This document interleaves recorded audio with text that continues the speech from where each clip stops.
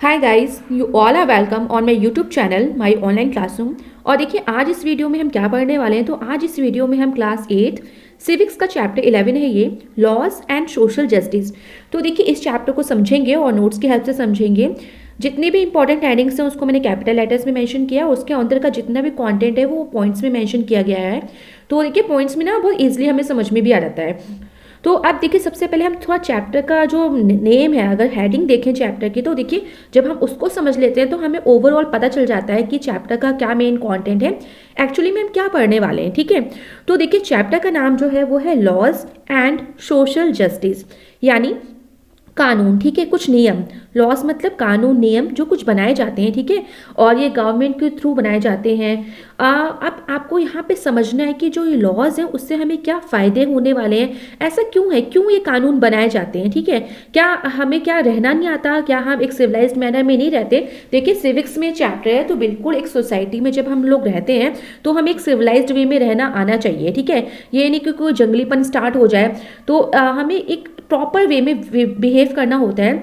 तो इसी वजह से, ताकि हमारे वजह से किसी और को नुकसान ना हो और किसी और वजह से हमें कोई नुकसान ना हो। ठीक है, तो इसी वजह से कुछ नियम और कुछ कानून बनाए जाते हैं जिससे कि सभी लोग मिलजुल के शांतिपूर्वक जो है वो देश में रहें और देश की तरक्की में अपना योगदान दें। अब आते हैं सोशल जस्टिस। ठीक है, तो देखिए सामाजिक न्याय, यानी जब आप सोसाइटी में रहते हो तो आप उसका एक पार्ट हो, आप उसका एक भाग हो, आपसे ही मिलकर सोसाइटी बनी है, तो आपके कुछ अधिकार हैं। ठीक है, आपको हर तरह से, हर तौर पे कुछ जस्टिस, जो सोसाइटी में रहने के लायक हो, आप उसके हकदार हो, तो आपको किसी ना किसी तरह से जो अधिकार हैं, जो आपके राइट्स हैं वो मिलने चाहिए। आपको संपूर्ण न्याय जो है वो मिलना चाहिए। तो ये था आपका इंट्रोडक्शन। इंट्रोडक्शन में बिल्कुल हम इस चैप्टर में जानेंगे कि किस तरह से जो सरकार है वो लोगों को शोषण से यानी एक्सप्लोटेशन से बचाती है। गवर्नमेंट मेक्स, और इसी के लिए, इसी बचाव के लिए जो गवर्नमेंट है, जो सरकार है, वो कुछ नियम बनाती है। अच्छा, नीड क्या है। अब देखिए हमने जगह जगह देखा है कि हमारा एक्सप्लोटेशन होता है। ठीक है, बेशक हम इस बात को बहुत देर में समझ पाते हैं, कभी कभी हम एकदम तुरंत नहीं समझ पाते हैं, बट आपको बाद में रियलाइज होगा। तो देखिए जैसे मार्केट एरिया है, तो एज अ कंज्यूमर जब आप वहाँ पे एंट्री करते हो तो मार्केट एरिया में भी कई बार जो है एक्सप्लोटेशन होता है। आपको कुछ चीज़ें ऐसी हैं जो आपको नहीं पता होती हैं, और इस वजह से जो है जो दुकानदार होते हैं और या फिर कोई और जो है जो प्रोडक्शन कर रहे हैं किसी चीज़ का, वो आपको आराम से बेवकूफ़ बना देते हैं। ठीक है, तो उनसे बचाव के लिए कुछ तरह के जो नियम हैं वो मार्केट एरिया में लागू किए गए हैं सरकार के द्वारा, जिससे कि आपकी सुरक्षा हो सके। चाहे आप कंज्यूमर के तौर पे जाएं, चाहे आप वहाँ पे काम करते हो तो लेबर के तौर पे जाएं, तो उस हिसाब से आपकी सुरक्षा के लिए कुछ कानून बनाए गए हैं मार्केट एरिया में। तो देखिए यहाँ पे क्या है, we need laws in a market to protect people from unfair practices. तो यहाँ पे सबसे इंपॉर्टेंट चीज़ जो यहाँ पे है कि क्यों कानून बनाए गए हैं मार्केट में, इट मीन्स वहाँ पे किसी ना किसी तरह की अनफेयर प्रैक्टिसेस होती है। अगर समझिए सब कुछ ठीक ठाक है, ठीक है, सब कुछ प्रॉपर है, सब कानून को मानते हैं, सब अच्छे से अपना काम करें, तो किसी तरह के नियम कानून की जरूरत नहीं पड़ती।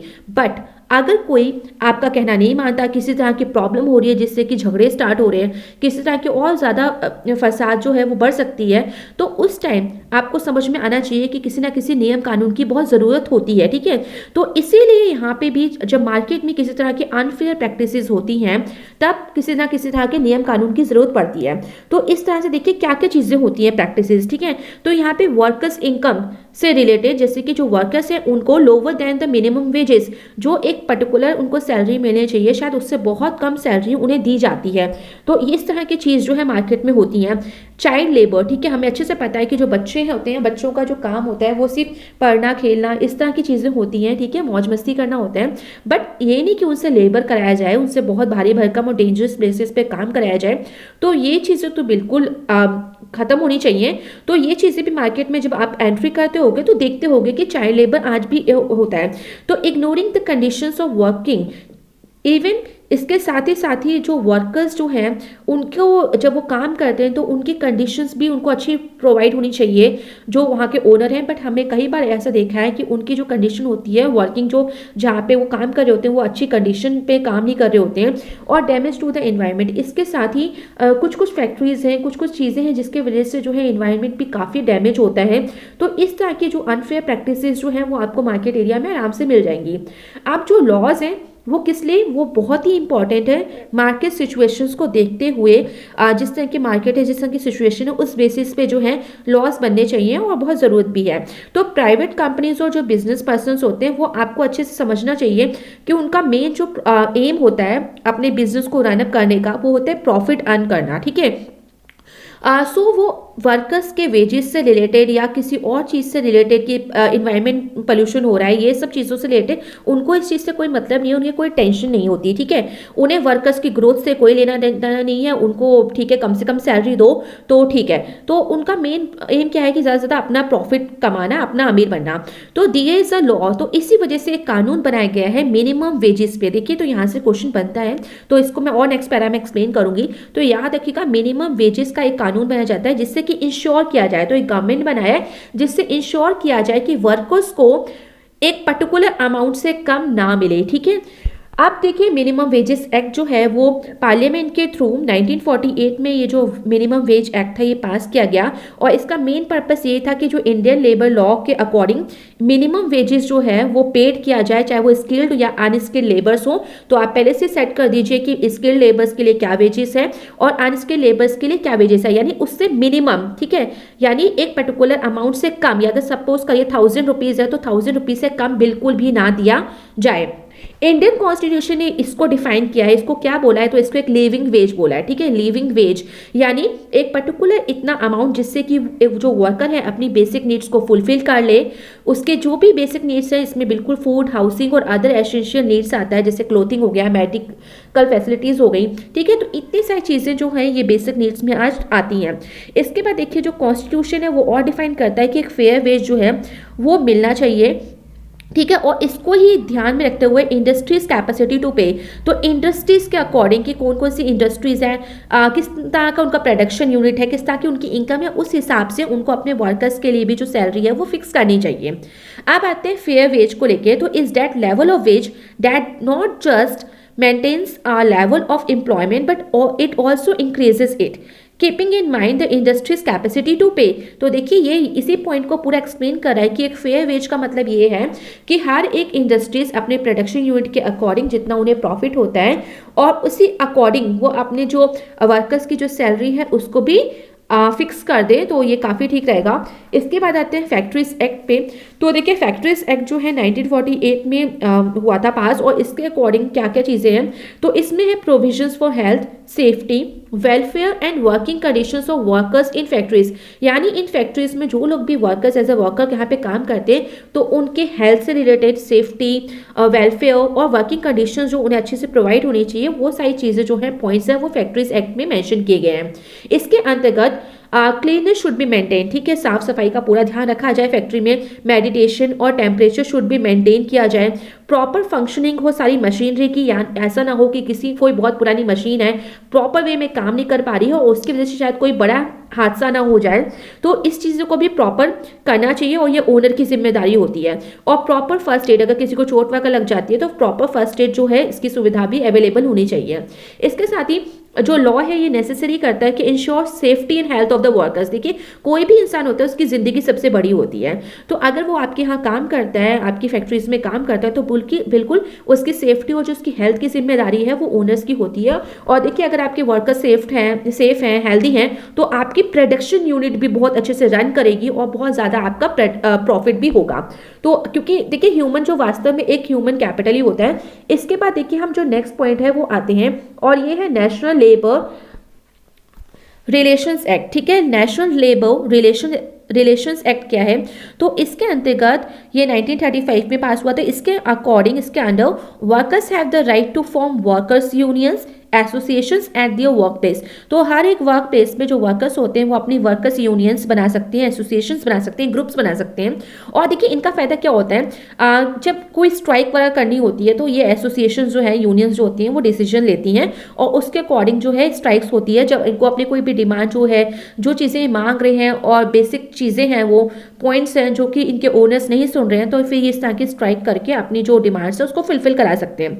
इस एक्ट जो है ये इंपॉर्टेंट होता है, इसके अकॉर्डिंग आप यूनियंस को फॉर्म कर सकते हैं, एसोसिएशंस बना सकते हैं, वर्कर्स कैन यूनाइट, ठीक है, वो यूनाइट हो सकते हैं, डिमांड कर सकते हैं फेयर वेजेस अगर उन्हें नहीं मिलते हैं, या बेटर वर्किंग कंडीशंस, या उनकी जो वर्किंग कंडीशंस हैं शायद वो सेफ नहीं है, उन्हें अच्छी चीज़ें नहीं मिल रही वहाँ पे, जो बेसिक चीज़ें होनी चाहिए, तो इस तरह के सुख सुविधाओं के लिए वो बिल्कुल स्ट्राइक कर सकते हैं, यूनाइट हो सकते हैं, एक साथ आ सकते हैं। और याद रखेगा ये डेमोक्रेटिक कंट्रीज का ही फीचर होता है जहाँ पे वर्कर्स को एसोसिएशंस या यूनियंस बनाने की परमिशन होती है।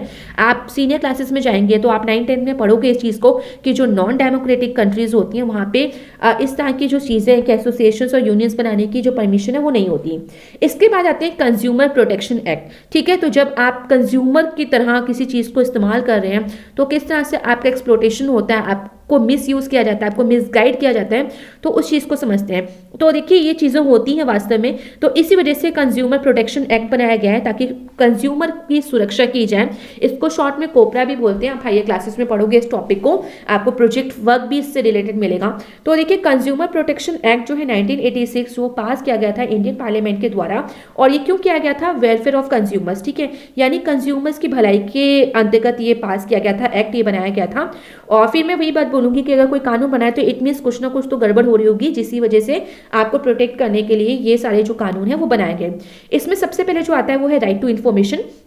देखिए इसमें क्या है राइट टू इन्फॉर्मेशन, तो मतलब आप थोड़ा सा वर्ड से समझेंगे तो आपको समझ में आ जाएगा। राइट टू इन्फॉर्मेशन यानी आपको हर एक जानकारी जानने की पूरा राइट है, ठीक है। जब भी आप कोई मार्केट में जाके कोई भी प्रोडक्ट खरीदते हैं या फिर ऑनलाइन शॉपिंग करते हैं, जो भी सामान गुड्स और सर्विसेज आप लेते हो, तो आपको पूरा जानने का अधिकार है कि आप क्या उसकी एमआरपी क्या है, क्या क्वालिटी है, क्या क्या इंग्रेडिएंट्स उसमें है, क्या एक्सपायरी डेट है, क्या मैन्युफैक्चरिंग डेट है, तो ये सारी चीज़ें जानने का आपका पूरा अधिकार है। तो वो भी कंपनी है, जो भी फैक्ट्रीज हैं जो इस चीज़ों को बनाती हैं, तो वो सारी चीज़ों को मेंशन करेंगी। इसके बाद आते हैं राइट टू चूज, तो बिल्कुल आपका चुनने का अधिकार है, कोई भी आपको ज़बरदस्ती ये नहीं बोल सकता कि नहीं नहीं ये प्रोडक्ट ले लीजिए ले लीजिए ले लीजिए, ऐसा नहीं है। आपको जो चीज़ें अच्छी लगती हैं, आपकी जो चॉइस है, आपको लगता है कि हाँ अकॉर्डिंग टू योर पॉकेट है, आप वो चीज़ें खरीदें जो आपके लिए बेनिफिशियल है। तो इस तरह की गुड्स और सर्विसेज आपका खुद का अधिकार है। आप जिस तरह से इलेक्शन का पूरा अधिकार है, आपको राइट टू वोट, जिसको आप चाहते हैं उस उम्मीदवार को आप वोट दे सकते हैं। तो फिर ये तो जब आप पूरे देश की सरकार बना रहे हैं तो फिर ये तो कोई गुड्स और सर्विसेज है, तो बिल्कुल आपका पूरा अधिकार है, यहाँ पे आप अपने हिसाब से कोई भी चीज़ों को चूज कर सकते हैं। इसके बाद आते हैं राइट टू सेफ्टी। देखिए बिल्कुल मीनिंग आप वर्ड से समझेंगे तो आप बहुत जल्दी समझ जाएंगे, और कोशिश करिए कि इसी तरह समझिए, क्योंकि देखिए 9th-10th में जब जाएंगे ना आप हायर क्लासेस में, बहुत लेंथी कोर्स है, ठीक है।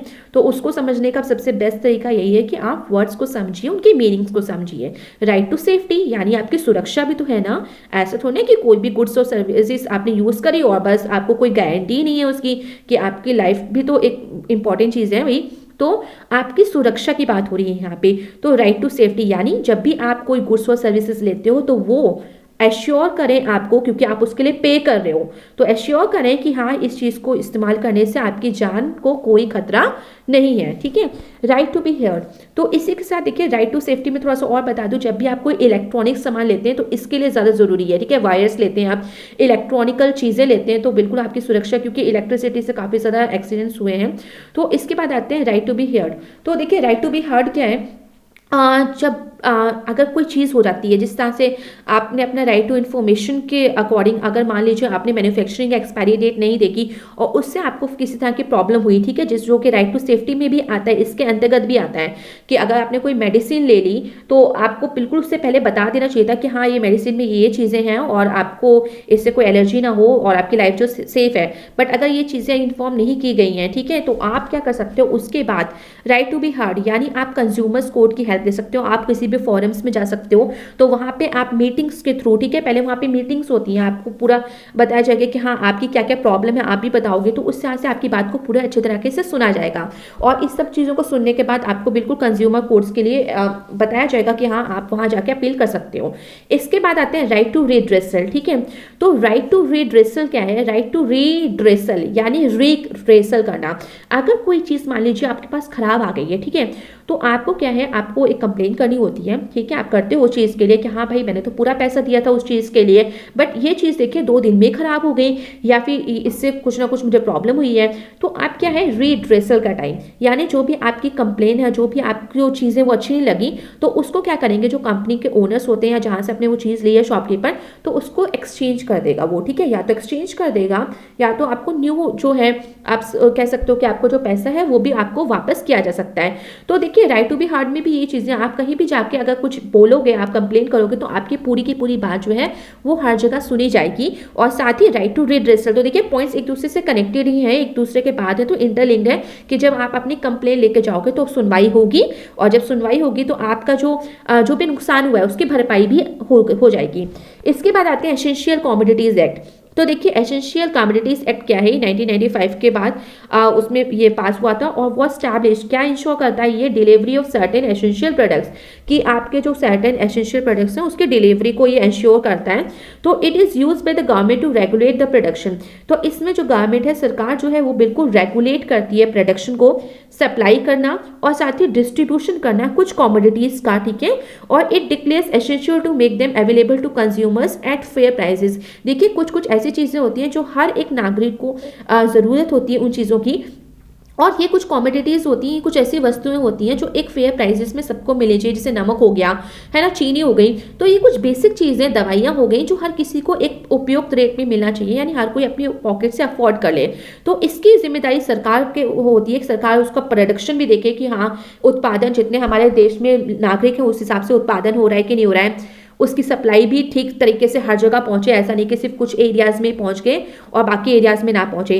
तो इस चीज़ों का ध्यान जो है वो सरकार रखती है, और इसमें कौन कौन सी कमोडिटीज आती हैं, तो बिल्कुल याद रखिएगा बेसिक चीज़ें आती हैं, जैसे केरोसिन हो गया, शुगर है, फूड ग्रेन्स हुआ, ड्रग्स यानी मेडिसिन हुए, पल्सेस यानी दालें, फर्टिलाइजर्स हैं, ठीक है, ये सारी चीज़ें जो एसेंशियल चीज़ें हैं ये प्रोवाइड की जाती है गवर्नमेंट के थ्रू। तो ये एसेंशियल कमोडिटीज एक्ट के अकॉर्डिंग, ठीक है, कमोडिटीज मतलब याद रखिएगा चीज़ें, वस्तुएं, गुड्स। इसके बाद आते हैं चाइल्ड लेबर एक्ट पे। तो बिल्कुल मैंने आपको पहले ही बता दिया था चाइल्ड लेबर एक्ट, तो आप देखिए इसमें किस एज तक के बच्चे आते हैं। तो देखिए चाइल्ड लेबर जो है प्रोहिबिशन और रेगुलेशन एक्ट जो है 1986 में अमेंड किया गया था, ये 2016 में 1986 में बना दिया गया था, और फिर इसको संशोधन किया गया, अमेंडेड मतलब 2016 में कुछ चेंजेस करे गए। तो इसके अकॉर्डिंग देखिए कोई भी बच्चा जो 14 साल से कम उम्र का है वो किसी भी ऑक्यूपेशन में कोई भी काम नहीं करेगा, ठीक है, and adolescence between the age, तो जो संशोधन हुआ है उसके अकॉर्डिंग देखिए जो एडोलेसेंस बिटवीन है age 14 to 18 years can not be employed in hazardous industries. तो पहली बात आपको याद रखनी है कि 14 साल के से कम के बच्चे कहीं भी काम नहीं करेंगे, और एक जो एडोलेसेंट्स होते हैं जो 14 से 18 एज के हैं उन्हें कहीं भी एक हैजार्डस इंडस्ट्रीज में काम करने की परमिशन नहीं होती, ठीक है।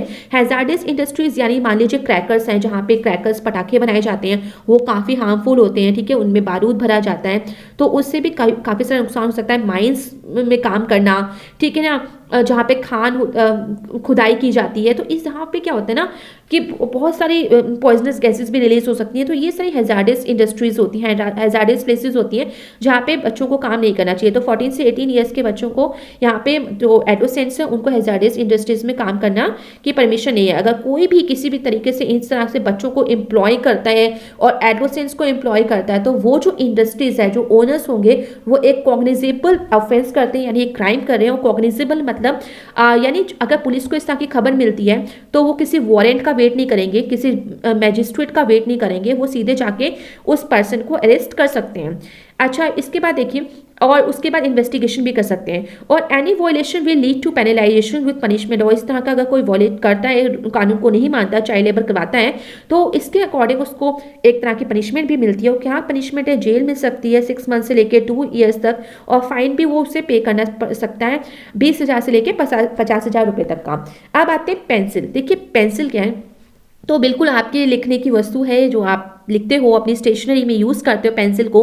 तो एक ये ऑनलाइन पोर्टल भी है, इसके साथ ही हम और थोड़ा जान लेते हैं। देखिए ऑनलाइन पोर्टल है, जब आप अपनी पेंसिल को देखेंगे और एग्जाम में क्वेश्चन आएगा तो पेंसिल को देख के थोड़ा सा याद कर लीजिएगा कि ये पेंसिल जो है एक ऑनलाइन पोर्टल है। आजकल बहुत ऑनलाइन हर चीज़ चल रही है, तो ऑनलाइन बहुत ठीक होता है, एफिशिएंट होता है कि एक पर्टिकुलर इफेक्टिव वे में आप काम कर सकते हो, कंप्लेन कर सकते हो। तो पेंसिल वॉस ये एक ऑनलाइन पोर्टल था जो ओपन किया गया था 2017 में। और इसका फुल फॉर्म क्या है, देखिए ये क्यों स्टैंड करता है, तो ये स्टैंड करता है प्लेटफॉर्म फॉर इफेक्टिव, ठीक है, मैंने बोला था ना इफेक्टिव वे में जो ऑनलाइन चीजें होती है इफेक्टिव वे में काम करती हैं, effective enforcement for no child labour, ठीक है, तो किसी तरह का चाइल्ड लेबर नहीं होना चाहिए। तो it is made for filing complaints, और ये क्या है, इसमें आप ऑनलाइन एकदम अगर आपको कहीं भी लगता है तो आप ऑनलाइन जो है इसको फाइल कर सकते हो कंप्लेंट को, चाइल्ड ट्रैफिकिंग हो या फिर इम्प्लीमेंटेशन हो नेशनल चाइल्ड लेबर प्रोजेक्ट के अंतर्गत। तो इस तरह की चीज़ों से रिलेटेड आप कंप्लेन जो है वो कर सकते हो, किसके अकॉर्डिंग कर सकते हो।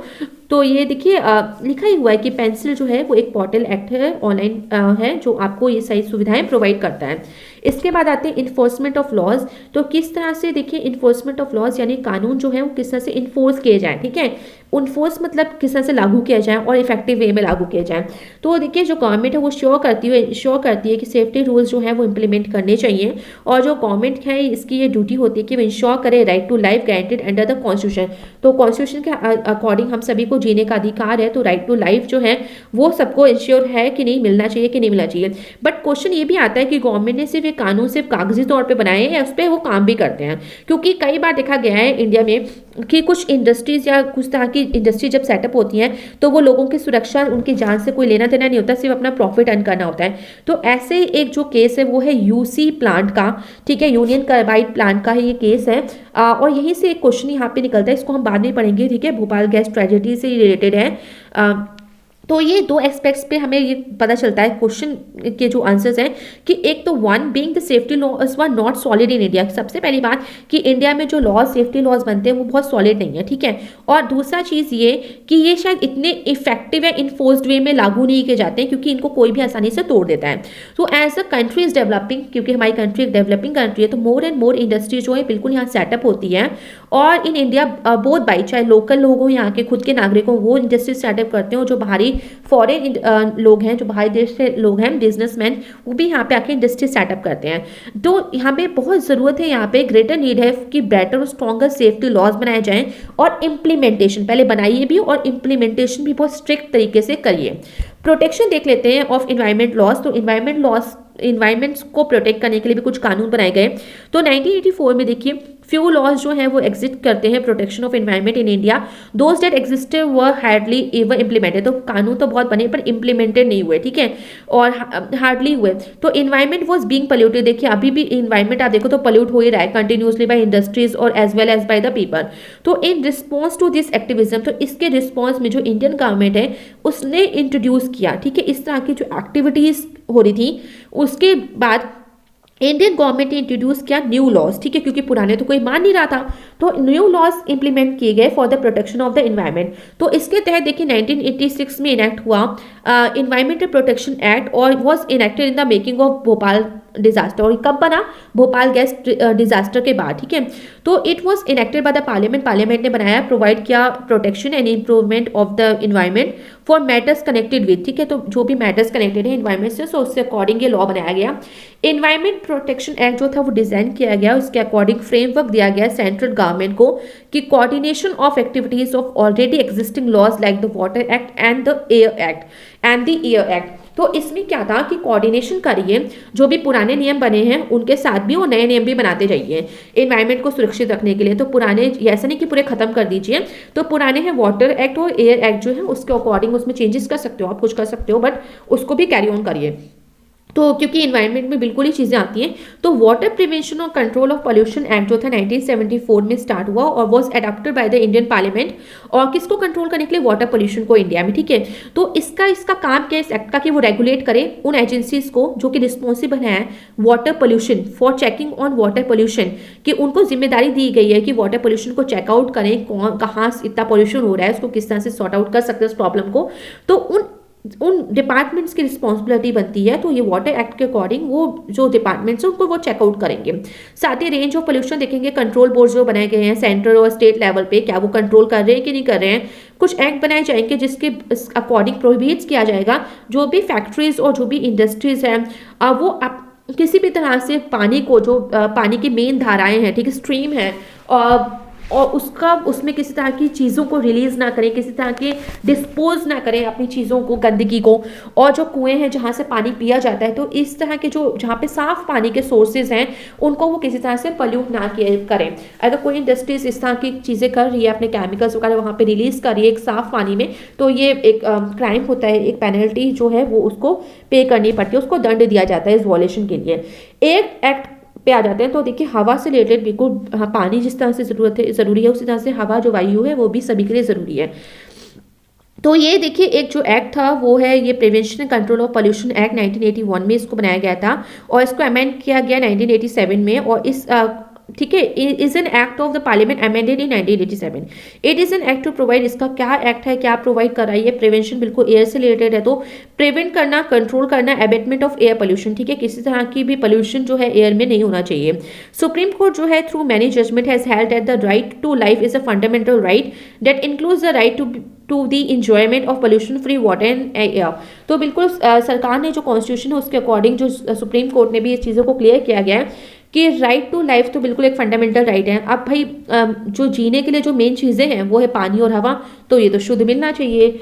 इसके बाद आते हैं इन्वायरमेंट अ पब्लिक फैसिलिटी। तो बिल्कुल इन्वायरमेंट जो है एक पब्लिक फैसिलिटी में आता है, हर किसी का प्रॉपर राइट होता है, बिल्कुल अधिकार होता है कि वो इस तरह की चीज़ों को बिल्कुल इस्तेमाल करे, आराम से करे। तो यहाँ पे जो कोर्ट है वो ऑर्डर करता है कि इंडस्ट्रीज जो है वो रेजिडेंशियल एरिया से काफ़ी दूर लगानी चाहिए, ठीक है, जैसे दिल्ली में। और इंडस्ट्रियल डिस्चार्ज जो है फैक्ट्रीज का वो रिवर यमुना में पहले बहुत रिलीज होता था, जिससे कि रिवर यमुना का जो पानी बिल्कुल काला पड़ गया। तो सुप्रीम कोर्ट ने हर्ड किया, ये सारी चीज़ों को सुना और ऑर्डर किया जितने पब्लिक ट्रांसपोर्ट व्हीकल्स हैं using diesel to switch to, अब वो डीजल को ना यूज़ करते हुए कॉम्प्लेक्स नेचुरल गैस सीएनजी को यूज़ करें, जिससे एक सीरीज ऑफ रूलिंग्स, ठीक है, 1998 में। तो इससे क्या हुआ, पोल्यूशन धीरे धीरे जो है वो बहुत कम होने लगा। इंडिया देखिए डेवलपिंग कंट्री है, बहुत ज़्यादा जो डेवलप कंट्रीज हैं वो इस बात का फ़ायदा भी उठाती हैं हमारे वेकर लॉस का, ठीक है, क्योंकि हमारे यहाँ कानून इतने सख्त नहीं है और पालन अच्छे से नहीं होता था। तो कंट्री को सेव करने के लिए, अपनी कंट्रीज को सेव करने के लिए वो क्या करते हैं, इंडिया, पाकिस्तान और बांग्लादेश जैसी डेवलपिंग कंट्रीज के वहाँ पे अपनी इंडस्ट्रीज जो हार्मफुल इंडस्ट्रीज हैं, ठीक है ना, जिससे बहुत ज़्यादा केमिकल्स, पेस्टिसाइड्स, एस्बेस्टस, ठीक है, ये इस तरह के जो केमिकल्स है जो कैंसर कॉजिंग होते हैं, तो इस तरह की जो फैक्ट्रीज हैं जो रिलीज करते हैं उनको इंडिया, पाकिस्तान, बांग्लादेश जैसी डेवलपिंग कंट्रीज में सेटअप कर देती हैं, डेवलप्ड कंट्रीज। तो देखिए ऐसा नहीं है कि वो हमको बहुत दान में दे रही हैं, देखिए हम आपके यहाँ इंडस्ट्री सेटअप कर रहे हैं, आपकी भलाई के लिए कर रहे हैं कि हाँ आपको एम्प्लॉयमेंट मिल जाएगा, आपकी तरक्की हो जाएगी, इकोनॉमिकल कंडीशन सुधरेगी, ऐसा नहीं है, थोड़ा थोड़ा उनका फायदा भी होता है। जिस तरह से ब्रिटिशर्स ने जो भी चीज़ें यहाँ पे इन्वेंट करी थी, जो एजुकेशन का राइट दिया था, ठीक है, आपने हिस्ट्री में भी पढ़ा होगा, एजुकेशन अंडर ब्रिटिश रूल। तो ऐसा नहीं था कि सिर्फ हिंदुस्तानियों की भलाई के लिए वो क्या था, उन्होंने वास्तव में अपनी भलाई के लिए किया था वो सब काम। वो अलग बात है कि ठीक है बाद में थोड़ा सा इम्प्रूवमेंट हो गया। तो ये चीज़ें आपको समझनी होंगी यहाँ भी कि आज भी जो फॉरेन कंट्रीज़ हैं, जो डेवलप्ड कंट्रीज़ हैं, वो हमारा मिसयूज़ करती हैं और अपनी इस तरह की इंडस्ट्रीज जो पोल्यूशन बहुत क्रिएट करती हैं, जो केमिकल्स रिलीज करती हैं, तो उन इंडस्ट्रीज़ को यहाँ सेटअप कर देते हैं, एलोकेटेड मतलब अपने वहाँ से हटा के यहाँ सेटअप कर देते हैं, जिससे वो तो सुरक्षित रहते हैं और हमारे यहाँ का वातावरण खराब होता जाता है। अनदर जो है देखिए शिप ब्रेकिंग इंडस्ट्री है। तो शिप ब्रेकिंग इंडस्ट्री में क्या होता है, जो ओल्ड शिप्स होते हैं वो भी डेवलप कंट्री से दूर दराज यानी डेवलपिंग कंट्रीज में भेज दिए जाते हैं, इंडिया, बांग्लादेश में, और फॉर स्क्रैपिंग, ठीक है, स्क्रैपिंग के लिए। और इससे क्या होता है, बहुत पोटेंशियली डेंजरस और जो हार्मफुल सब्सटेंसेज हैं वो रिलीज होते हैं। इसके बाद आते हैं हम लोग नेक्स्ट पॉइंट पे, और ये है नेक्स्ट मेन हेडिंग, और बहुत इंपॉर्टेंट हेडिंग्स है जहां से आपके इंपॉर्टेंट क्वेश्चन बनते हैं। तो ये है भोपाल गैस ट्रेजेडी। जितना हम ये पूरा का पूरा पढ़ रहे हैं एनवायरमेंट पोल्यूशन से रिलेटेड, तो ये देखिए भोपाल गैस ट्रेजेडी और साथ ही जो राइट टू लाइफ है। तो क्या हुआ था भोपाल गैस ट्रेजेडी में, तो देखिए ऑन द नाइट ऑफ, ठीक है, पहली बात में जानना है कि यहाँ पे एक फॉरेन इंडस्ट्री थी जो यहाँ पे सेटअप की गई थी, यूनियन कार्बाइड नाम की, जिसका हमने पहले आपको पता था यूसी, ठीक है, union carbide limited India limited, UCIL नाम का एक पेस्टिसाइड प्लांट था जिसको सेटअप किया गया था भोपाल में यानी मध्य प्रदेश में, इंडिया में। अच्छा, 2 और 3 दिसंबर को क्या हुआ, 1984 में सडनली एक गैस जो है वो लीक होने लगी और इसी वजह से एक बहुत बड़ा इंसिडेंट हुआ, ठीक है, और इसी को भोपाल गैस ट्रेजेडी के नाम से जानते हैं। इसको वर्ल्ड का वर्स्ट, ठीक है, सबसे बुरा हादसा इंडस्ट्रियल ट्रेजेडी मानी जाती है। एट मिडनाइट, आध रात्रि को क्या हुआ, 2 दिसंबर 1984 को एक हाईली टॉक्सिक गैस जिसका नाम था मेथाइल आइसोसाइनेट यानी MIC गैस, इसको याद रखिएगा, ये बहुत इंपॉर्टेंट है, आपके कॉम्पिटेटिव एग्जाम में फ्यूचर में भी काफ़ी क्वेश्चन यहाँ से आते हैं। तो एकदम से वो स्टार्ट होने लगी, लीक होने लगी इस प्लांट से, और made it's way around the towns located near the plant. तो प्लांट के पास जितने भी गांव थे, जितना भी इलाका था, ठीक है, वहां पे ये गैस रिलीज हुई और लीक हुई। और उसके बाद देखिए कम से कम 5 लोग जो लोग थे, ठीक है, ओवर वर एक्सपोज।